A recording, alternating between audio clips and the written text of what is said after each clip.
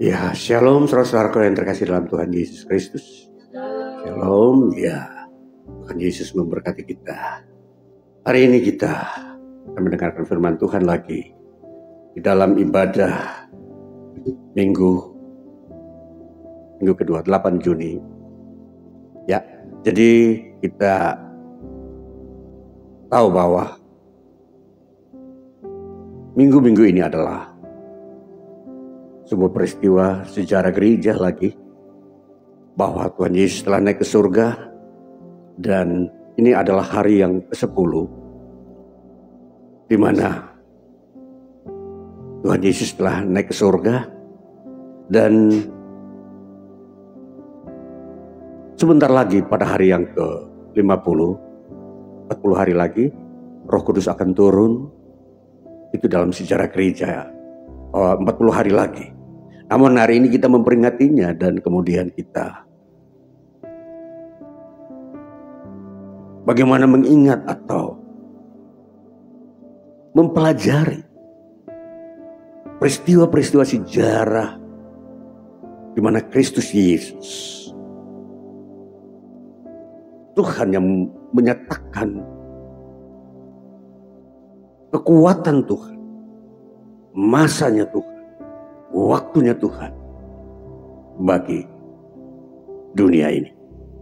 Dan hari ini saudara-saudara, di dalam kesemuanya itu kita akan membaca firman Tuhan yang terambil dari Injil Yohanes pasal 14. Ayatnya yang ke-15 hingga ayat 20. Lalu nanti disambung dengan ayat 26 dan ayat 27. Injil Yohanes pasal 14 ayat 15 mulai. Yesus menjanjikan penghibur. Jikalau kamu mengasihi aku, kamu akan menuruti segala perintahku. Aku akan minta kepada Bapa, dan Ia akan memberikan kepadamu seorang penolong yang lain, supaya Ia menyertai kamu selama-lamanya, yaitu Roh kebenaran. Dunia tidak dapat menerima Dia,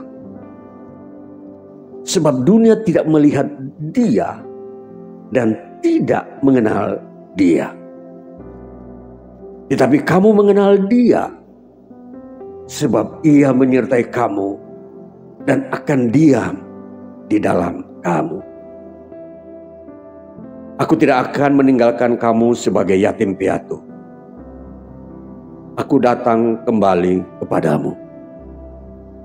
Tinggal sesaat lagi, dan dunia tidak akan melihat aku lagi. Tetapi kamu melihat aku. Sebab aku hidup, dan kamu pun akan hidup. Pada waktu itulah kamu akan tahu bahwa aku di dalam Bapa-Ku, dan kamu di dalam aku, dan aku di dalam kamu. Kita lanjut ayat 26 hingga 27. Tetapi penghibur, yaitu Roh Kudus, yang akan diutus oleh Bapa dalam namaku, Dialah yang akan mengajarkan segala sesuatu kepadamu, dan akan mengingatkan kamu akan semua yang telah kukatakan kepadamu.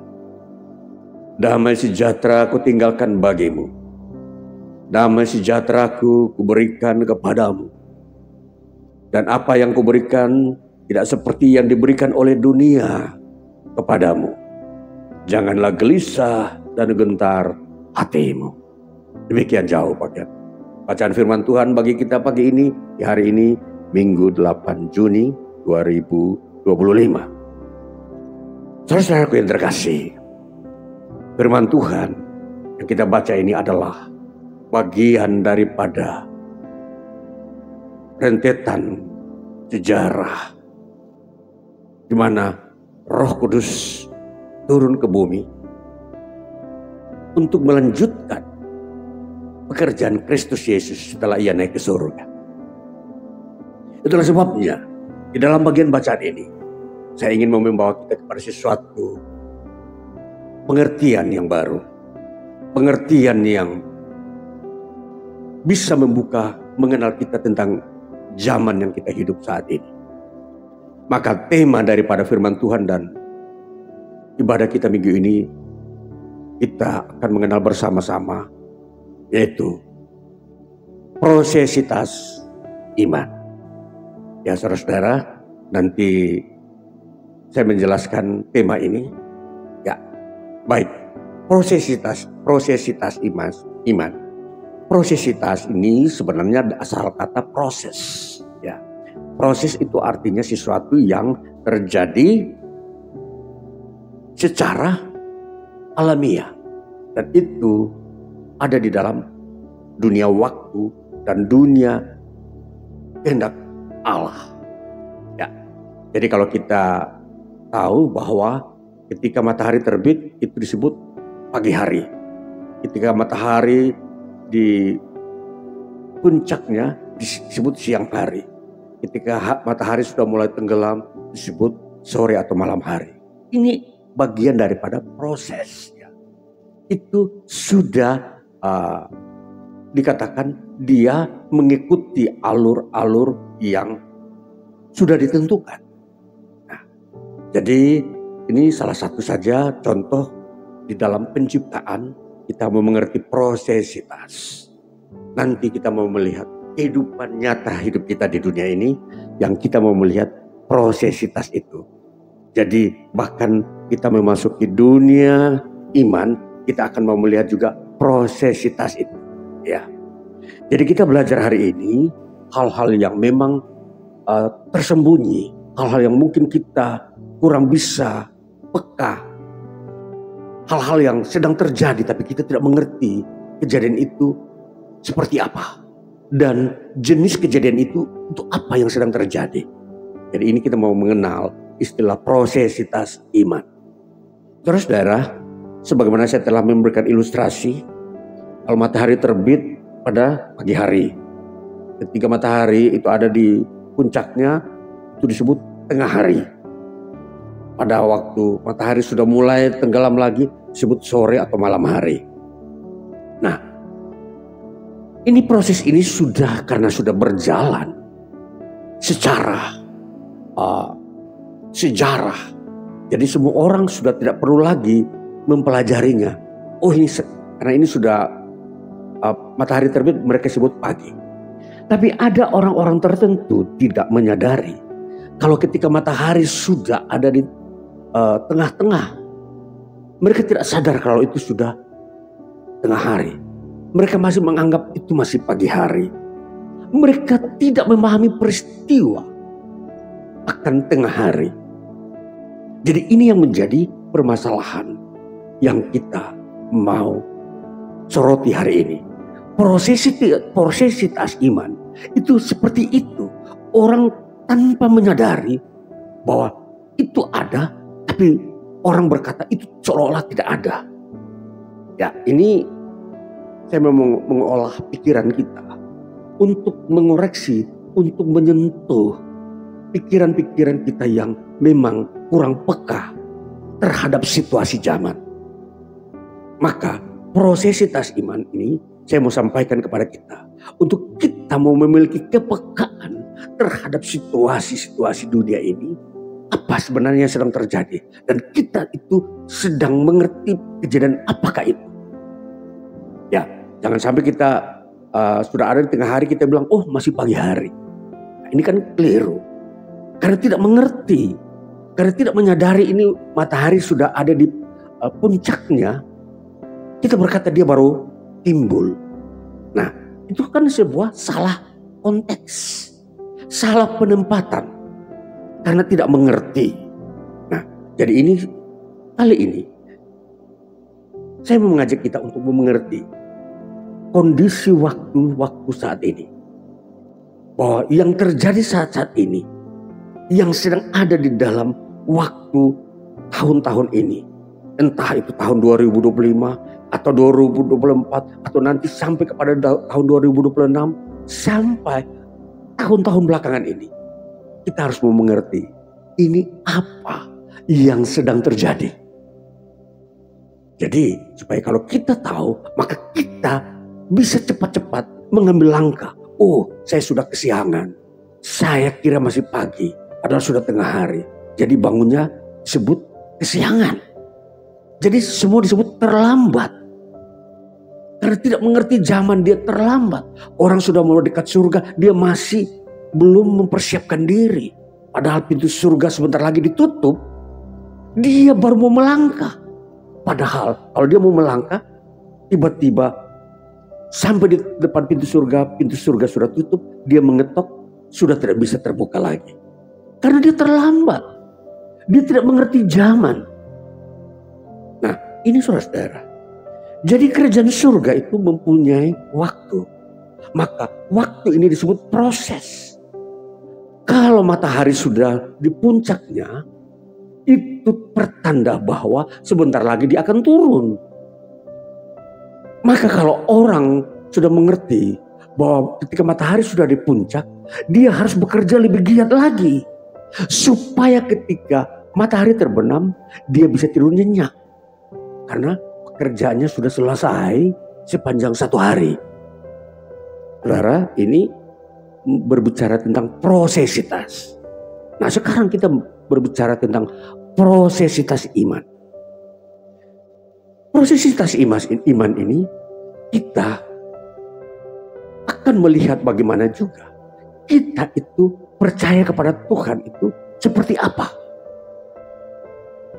Tuhan sudah menuntun banyak orang untuk menerima Roh Kudus. Banyak orang masih bilang sebentar dulu. Tuhan sudah menyuruh orang bertobat dari dosamu.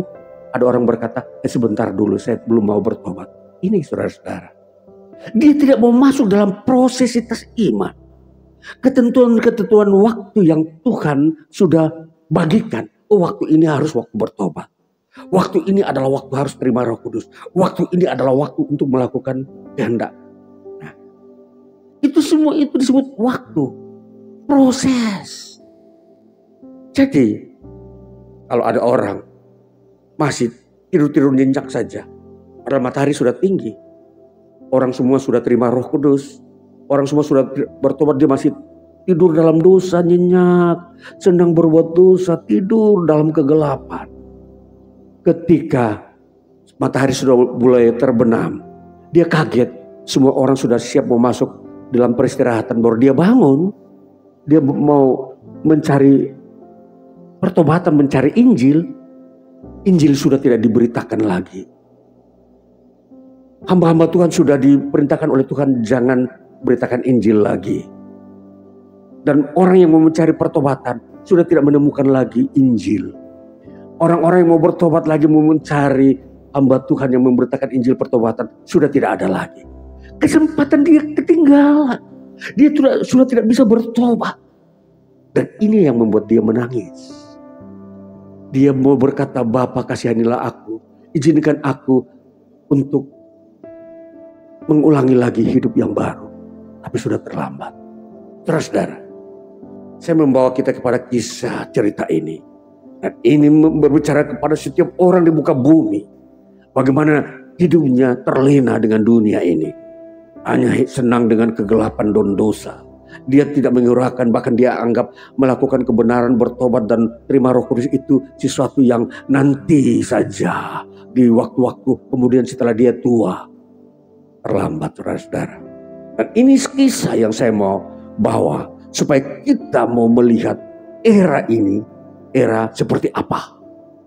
Apakah orang semua sedang tidur nyenyak? Ataukah ada memang sebagian orang sedang berlomba-lomba untuk mencari upah dari Tuhan? Ini yang saudara tahu.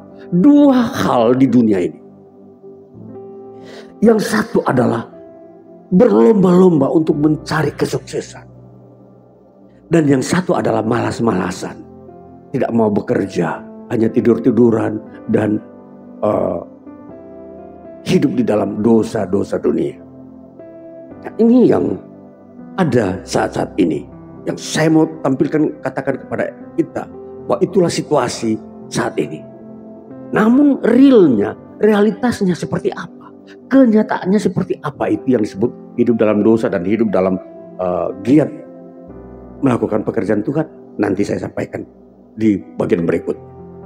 Disinilah yang kita mau melihat. Prosesitas iman itu adalah Allah yang berotoritas. Allah yang mengintervensi. Allah yang menguasai. Allah yang berperanan di dalam prosesitas iman. Itu berarti apa, saudara-saudara? Kalau Allah yang melakukannya, maka kita manusia yang mau mengikutinya hanya mengikutinya. Oh begitu ya Tuhan caranya, saya akan ikuti. Jadi Tuhan itu sebagai gembala.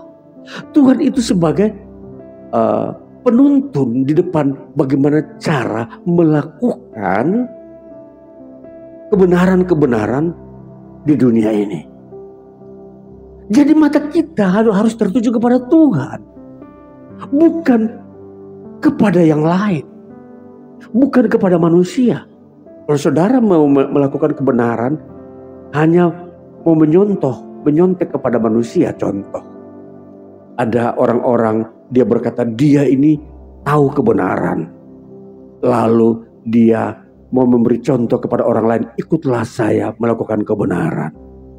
Atau yang dia lakukan bukan kebenaran, dia melakukan keinginan dirinya sendiri. Lalu orang lain yang mengikutinya, oh begitu ya. Padahal mereka terjerumus ke dalam dosa semuanya. Karena manusia tidak mempunyai kebenaran, saudara-saudara. Jadi Tuhanlah yang mempunyai kebenaran. Kepada dia kita belajar. Apakah itu? Ini firman-Nya ini sudah diberikan agar kita belajar daripada dia. Firman-Nya itu adalah pedoman bahwa kita mau belajar dari Tuhan. Jadi ini yang disebut prosesitas. Bagian-bagian prosesitas itu kita belajar. Kita mendengarkan firman. Dan kita mau mengambil contohnya dan kita mau melihat, oh bagaimana cara melakukan kebenaran yang Tuhan kehendaki. Itu dari firman saja. Jadi firman inilah yang harus kita kenal dan kita baca dan dengar. Bagaimana itu dijelaskan, saudara-saudara. Jadi saya mau sampaikan bahwa dunia saat ini adalah dunia yang disebut bukan prosesitas iman, tapi mekanikal iman. Apa itu mekanikal? Mekanikal itu sama dengan mekanik, mesin. Ya. Jadi dengan mesin manusia mau mendapatkan iman. Contoh, ada orang berkata, oh saya sudah masuk gereja, tetapi 10 tahun yang lalu, sekarang dia tidak pernah masuk gereja lagi. Dia bilang, ini saya tetap di dalam beribadah. Padahal dia tidak beribadah selama belakangan ini, hanya 10 tahun yang lalu. Ini disebut mekanikal. Jadi dia tidak mengikuti proses. Proses itu setiap waktu. Mulai katakanlah jam 6, 7, 8, 9, 10, 11, 12 kembali sampai jam 6. Itu proses. Tapi kalau mekanikal tidak seperti itu. Kalau jam 6 tahu-tahu nanti jam berapa lagi? Jam 20, 8 malam baru dia baru dia lagi beribadah. Contoh ini mekanikal, dia loncat-loncat. Ada orang bilang saya sudah ke gereja 10 tahun yang lalu. Tapi yang sampai sekarang dia tidak ke gereja. Dia tidak pernah beribadah. Nah ini disebut mekanikal iman, saudara-saudara. Kalau kita lihat mekanikal sekarang. Kalau hari ini saudara punya uang di ATM. Hari ini saudara ambil uang ketika saudara butuh. Nanti saudara ambil lagi pada saat butuh lagi. Mungkin bulan depan baru ambil uang. Itu mekanikal. Jadi iman tidak bisa disamakan dengan mesin yang nanti butuh baru datang. Nanti butuh baru datang kepada Tuhan. Oh saya butuh kesembuhan baru saya datang kepada Tuhan. Oh saya butuh pekerjaan Tuhan baru saya datang kepada Tuhan. Oh saya butuh keamanan baru saya datang kepada Tuhan. Tidak saudara. Itu Tuhan tidak mengendaki mekanikal seperti itu, mekanikal iman seperti itu. Tuhan mau prosesitas iman. Kalau saudara tidak membutuhkan pekerjaan, saudara tetap datang kepada Tuhan berdoa. Saudara tidak ketika saudara belum membutuhkan atau tidak membutuhkan sebuah kondisi kesembuhan, ketika saudara sehat, saudara tetap datang kepada Tuhan berdoa. Ini disebut prosesitas iman. Maka di sini kita mau melihat bahwa manusia dipengaruhi oleh kondisi dunia yang memakai mekanikal, mesin, cara praktis. Jadi mereka mau menghampiri Tuhan dengan cara-cara mesin. Nanti kalau saya ada waktu baru saya bisa berdoa. Nanti kalau saya tidak repot baru saya berdoa. Ini mekanikal saudara-saudara. Dan itu mereka tidak masuk dalam prosesitas iman, di mana nanti kekayaan Tuhan itu diberikan kepada orang yang hidup melakukan prosesitas iman, bukan mekanikal iman. Jadi kekayaan surgawi hanya diberikan kepada orang-orang yang mengikuti alur-alur yang ditentukan Tuhan, yang disebut prosesitas iman. Dari jam 6, 7, 8, 9, 10, 11, 12, seterusnya. Dia tidak lompat-lompat. Kepada mereka lah yang diberikan banyak kekayaan Tuhan. Nah ini saudara-saudara, orang-orang Kristen banyak di dunia ini, khususnya di belahan-belahan dunia yang sudah modern, di kota-kota besar, baik di Jakarta, baik di Eropa, Amerika. Banyak orang Kristen telah terjebak dengan mekanikal iman. Ya, apa contohnya? Saya tidak usah lagi ke gereja sekarang. Saya sekarang buka YouTube, khotbah. Saya sudah cukup. Ini mekanikal iman. Saudara, berdoa datang kepada Tuhan. Itu adalah sebuah prosesitas. Jangan saudara merasa rugi. Saya pergi ke gereja, buang ongkos bensin. Buang lagi ongkos, ada persembahan kalau kadang-kala di situ ada sebuah kebersamaan untuk memajukan pekerjaan Tuhan. Ada persembahan lagi. Ini seringkali orang mau menghindar ya dari hal-hal yang merepotkan. Dia mau menjadikan, saya dengar firman dari YouTube saja, mekanikal. Ya saudara-saudara, nanti kalau saya sakit baru saya tinggal telepon pendeta datang ke rumah saya, tolong doakan saya. Nggak usah datang ke rumah saya, lewat telepon saja. Saudara, ini orang yang terjebak dengan mekanikal iman. Nah, ini saya mengambil sebuah aplikasi bagaimana kondisi saat ini sudah terjadi seperti itu saudara-saudara. Manusia sudah membiasakan diri dengan mekanikal iman. Semua serba mau ada di tempat di mana dia duduk, langsung surga terbuka bagi dia. Dia tidak mau melangkahkan kakinya, dia tidak mau meluangkan waktunya kemana? Ke tempat di mana hadirat Tuhan ada, ke ruang doa, di mana di situ hanya Tuhan mendengarkan. Dia hanya sibuk di tempat keramaian, di tempat-tempat dunia bisnis saja. Padahal ruang doa begitu sepi. Di situ seharusnya dia berdoa sendiri dengan Tuhan, tapi dia meninggalkan ruang doa.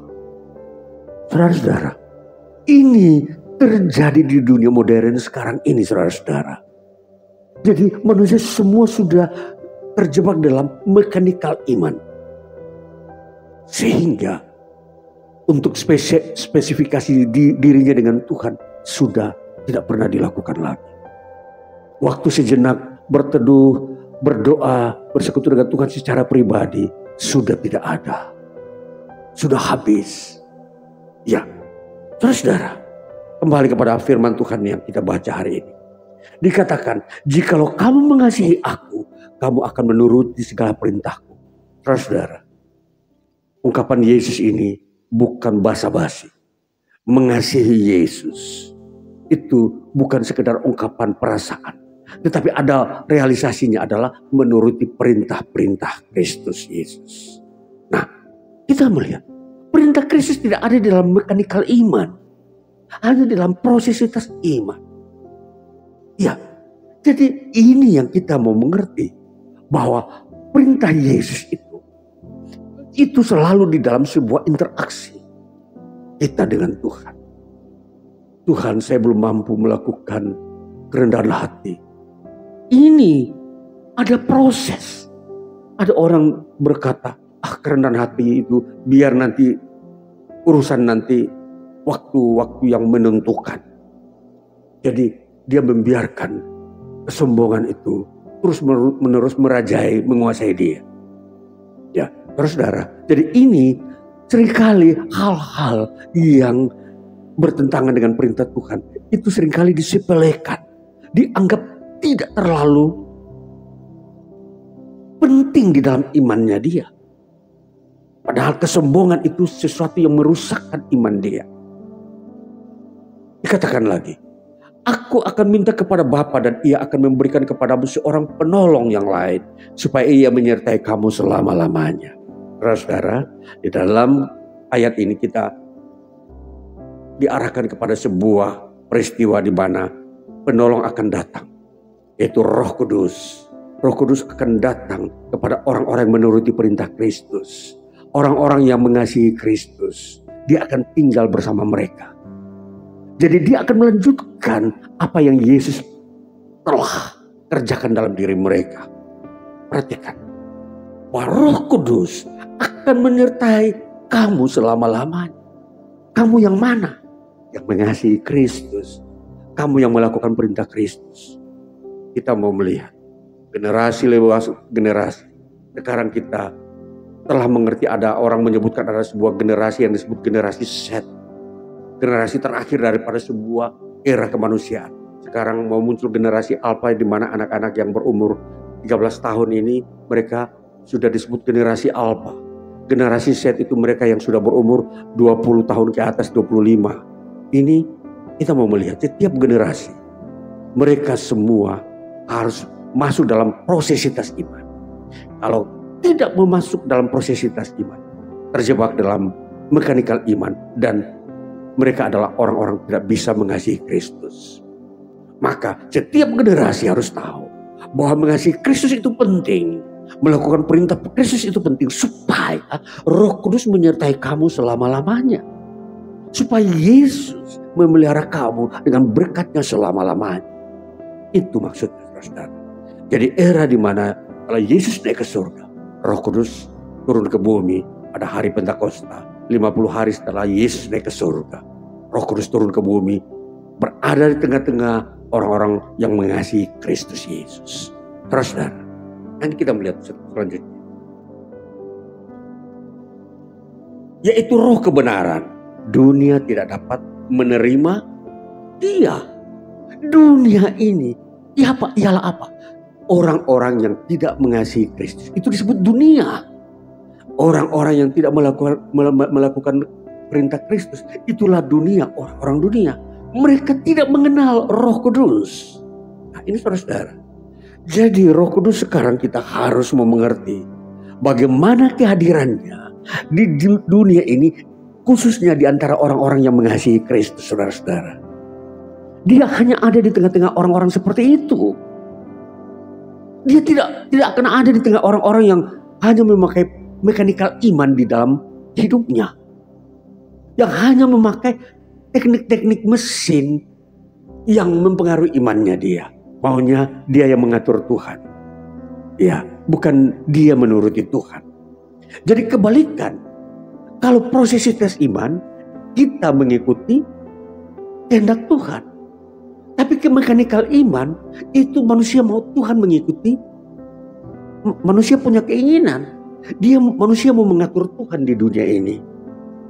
Dia mau berkata, Tuhan, kalau aku bekerja hari ini, maka aku mau Tuhan yang mengikuti saya punya aturan. Ini seringkali orang-orang memutarbalikkan hal-hal iman. Dia mau mengatur Tuhan. Manusia mau mengatur Tuhan. Inilah manusia modern. Akhirnya kalau Tuhan tidak mengikuti aturannya dia berkata tidak ada Tuhan. Maka mereka ini disebut orang-orang komunis. Orang-orang ateis. Orang-orang yang tidak mengenal adanya Tuhan. Kenapa? Karena dia mau mengatur Tuhan, lalu Tuhan tidak pernah mau mengikuti aturannya, lalu dia berkata Tuhan itu tidak ada. Ini orang ateis, saudara. itu terjebak karena mekanikal iman. Kalau dia mau menuruti perintah Kristus, dia harus hidup dalam prosesitas iman. Oh ya, apa perintahmu Tuhan? Aku mau ingin ikuti. Bertobatlah. Iya Tuhan, aku bertobat. Aku meninggalkan dosaku, kesombonganku. Seringkali aku marah, seringkali aku menipu, seringkali aku juga membenci, seringkali juga aku melakukan pelanggaran-pelanggaran besar yang lain. Aku sering percaya kepada berhala-berhala, percaya kepada ajaran-ajaran takhayul. Ini semua dosa-dosa manusia di dunia. Nah, makanya Tuhan berkata, bertobatlah, baru kamu bisa percaya kepadaku. Tanpa pertobatan, manusia tidak bisa percaya kepada Yesus. Maka saudara-saudara, kembali Yesus berkata, firman-Nya berkata, tetapi kamu mengenal Dia sebab Ia menyertai kamu dan akan diam di dalam kamu. Maka orang-orang yang sudah mengambil keputusan mengasihi Yesus dan melakukan perintahnya, di situ Roh Kudus, Roh Tuhan, Roh Kristus akan tinggal di dalam dia selama-lamanya. Saudara-saudara, jadi prosesitas iman itu artinya kita mempersembahkan hidup kita kepada Tuhan untuk Tuhan membentuknya. Inilah dia akan tinggal selama-lamanya di dalam kita. Kembali saudara-saudaraku yang terkasih, bahwa roh yang Tuhan berikan itu adalah roh kebenaran. Kita perhatikan, baca lagi. Dikatakan ayatnya yang 17, yaitu roh kebenaran. Ayat 17. Kemudian kita perhatikan ayat 26 lagi. Tetapi penghibur, yaitu Roh Kudus yang diutus oleh Bapa dalam namaku, dialah yang akan mengajarkan segala sesuatu kepadamu dan akan mengingatkan kamu akan semua yang telah kukatakan kepadamu. Ini saudara-saudara. Jadi Roh Kudus, dia akan mengingatkan setiap ajaran Kristus yang Kristus telah sampaikan. Dia juga memberikan penghiburan ketika mengalami kesulitan. Nah ini saudara-saudara. Jadi Roh Kudus ini adalah Allah yang datang dalam wujud roh setelah Yesus naik ke surga. Dan Roh Kudus ini namanya, itu dia tinggal di dalam setiap orang. Dia tinggal di dalam setiap orang yang percaya kepada Yesus. Jadi yang tidak percaya, dia tidak tinggal di situ. Dia hadir, maka dia selalu membawa damai sejahtera. Shalom. Shalom itu damai sejahtera. Dalam bahasa Ibrani, salam sejahtera. Maka kalau dikatakan damai sejahtera itu ada di antara orang-orang yang mengasihi Yesus, itulah karena Roh Kudus. Itu pertanda Roh Kudus ada di tengah-tengah mereka yang melakukan perintah Kristus.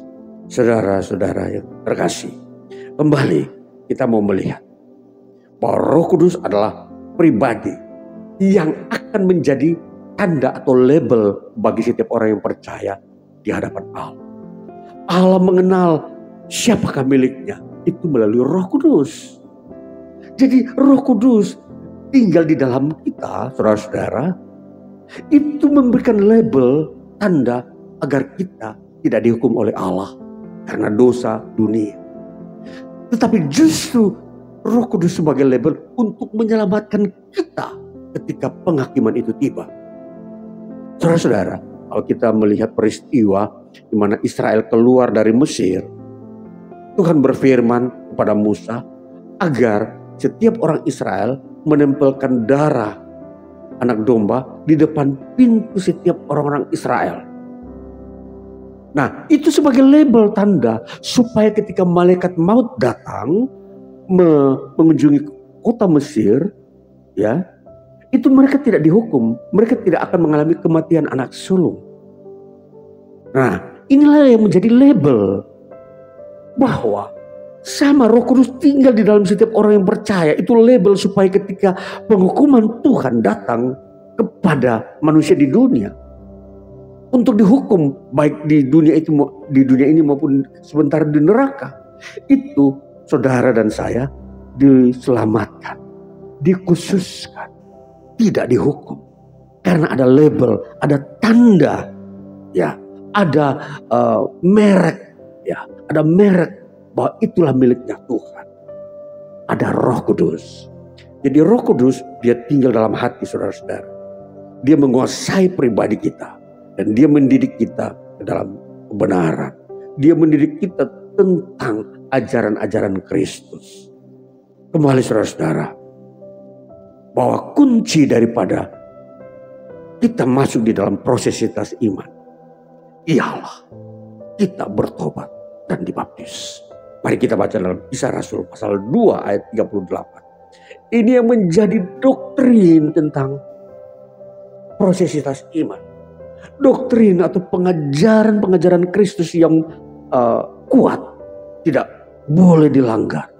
Kisah Rasul pasal 2 ayat 38 berkata demikian. Jawab Petrus kepada mereka, bertobatlah dan hendaklah kamu masing-masing memberi dirimu dibaptis dalam nama Yesus Kristus untuk pengampunan dosa, maka kamu akan menerima karunia Roh Kudus. Saudara, Roh Kudus itu kehadirannya di bumi ini itu sebagai bentuk karunia, pemberian. Jadi tidak bisa dibayar atau dibeli dengan uang. Jadi seseorang menerima Roh Kudus itu tidak melalui upaya manusia atau dengan kata lain tukar guling, ya. Oh, saya memberikan gereja uang seberapa banyaknya, saya akan menerima Roh Kudus. Tidak bisa seperti itu saudara-saudara. Menerima Roh Kudus itu melalui pertobatan dan dibaptis. Nah, ini adalah sebuah doktrin yang kuat di dalam menerima Roh Kudus.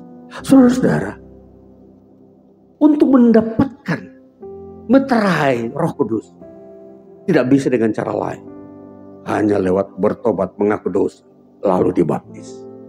Inilah yang harus kita angkat ke depan. Bahwa di dunia ini setiap generasi harus bertobat. Generasi Z yang belum bertobat, silahkan bertobat. Dan engkau dibaptis supaya engkau menerima Roh Kudus. Karena engkau telah dewasa. Karena hanya orang dewasa yang bisa mengaku dosa dan kemudian dibaptis. Maka dibaptis tidak boleh dilakukan pada masa bayi. Karena bayi tidak pernah mengaku dosa. Dan bayi tidak bisa juga melakukan kehendak Kristus. Maka disinilah yang menjadi doktrinnya. Bahwa baptisan itu tidak boleh diganti dengan cara yang lain. Yaitu dengan membaptis anak-anak kecil. Ya. Jadi di sini yang menjadi sebuah penegasan Kristus sebagai doktrinnya. Supaya mereka menerima Roh Kudus. Maka mereka harus dibaptis pada masa dewasa. Setelah mereka mengaku dosa, dibaptis, baru menerima Roh Kudus.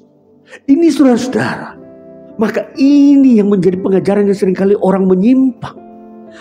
Masih banyak generasi-generasi sebelumnya yang menyimpang, menyalahi doktrin ketetapan-ketetapan yang Tuhan tetapkan. Bahwa orang untuk dibaptis harus dewasa setelah dia mengaku dosa. Bukan ketika dia masih umur 7 hari, 1 bulan dibaptis. Saudara, perhatikan ayat kitab suci dengan baik sehingga saudara tidak menyimpang.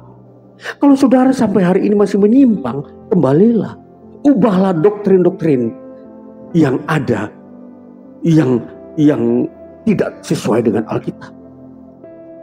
Jadi kalau membaptis anak-anak kecil itu adalah menyalahi doktrin Alkitab soal baptisan. Ini sakramen. Sakramen ini adalah sesuatu yang sakral, yang suci kudus, adalah baptisan. Maka baptisan haruslah orang dewasa. Saudara berumur 20 barulah layak dibaptis. Karena saudara di situ baru dianggap dewasa mengerti kesalahan dan dosa. Jadi kalau saudara mengerti bahwa saudara orang berdosa, mengakulah dosa dan bertobat, baru dibaptis. Baru disitulah saudara menerima Roh Kudus. Inilah kata Petrus. Rasul Petrus berkata kepada orang-orang Israel, bertobatlah kamu dan berilah dirimu dibaptis dalam nama Yesus Kristus. Itu dia serukan kepada orang-orang dewasa, bukan anak-anak, bukan bayi-bayi untuk bertobat lalu dibaptis. Jadi ini perhatikan saudara-saudara, konteks-konteks Alkitab di dalam sebuah penerapan. Jadi kalau kita mau melihat kondisi perubahan-perubahan zaman yang mengakibatkan orang merubah doktrin, sesuatu yang keliru saudara-saudara. Kenapa terjadi orang harus membaptis anak-anak? Itu alasannya karena terjadi perbedaan kontekstual, terjadi perbedaan budaya, terjadi perbedaan lingkungan. Tidak saudara-saudara, Alkitab tidak mentolerir berkompromi dengan pengaruh-pengaruh budaya, lingkungan, dan segala sesuatu di dunia ini. Seorang dibaptis haruslah sudah dewasa. Ya, dan dia harus sebelumnya bertobat mengaku dosa. Ini yang menjadi penegasan firman Kristus bagi kita saudara-saudara. Supaya Roh Kudus bisa hadir di dalam saudara. Supaya saudara bisa melakukan kehendak Kristus. Maka bertobatlah terlebih dahulu. Lalu kemudian dibaptis. Itu berarti saudara menerima prosesitas Tuhan. Saudara menerima otoritas kekuasaan Tuhan atas diri saudara. Tapi kalau saudara tidak mau mengikuti prosesitas iman, tidak mau bertobat, tidak mau dibaptis, Roh Kudus tidak akan tinggal di dalam saudara. Ini saudara perhatikan hal-hal yang prinsip, yang memang seringkali orang meremehkan hal-hal yang paling penting ini. Jadi baik di zaman yang sudah begitu heterogenitas ini, begitu beragam-ragam pengetahuan di dunia ini, yang satu mengatakan seperti ini, yang lain berkata seperti itu. Mereka tidak mau mengikuti satu alur tunggal, yaitu Alkitab semata. Jadi saudara-saudara, saya mau sampaikan bahwa hanya satu pikiran kebenaran. Roh kebenaran tidak pernah memecah-mecahkan ilmu kebenaran itu. Kebenaran hanya satu dari surga dan diterapkan dalam Roh Kudus. Dan kebenaran itu satu tunggal, tidak ada dua. Baptisan itu hanya satu, yaitu baptis selam. Tidak ada baptis percik, saudara-saudara. Jadi roh kebenaran adalah roh yang mengajarkan satu kebenaran. Tidak ada kebenaran yang dua.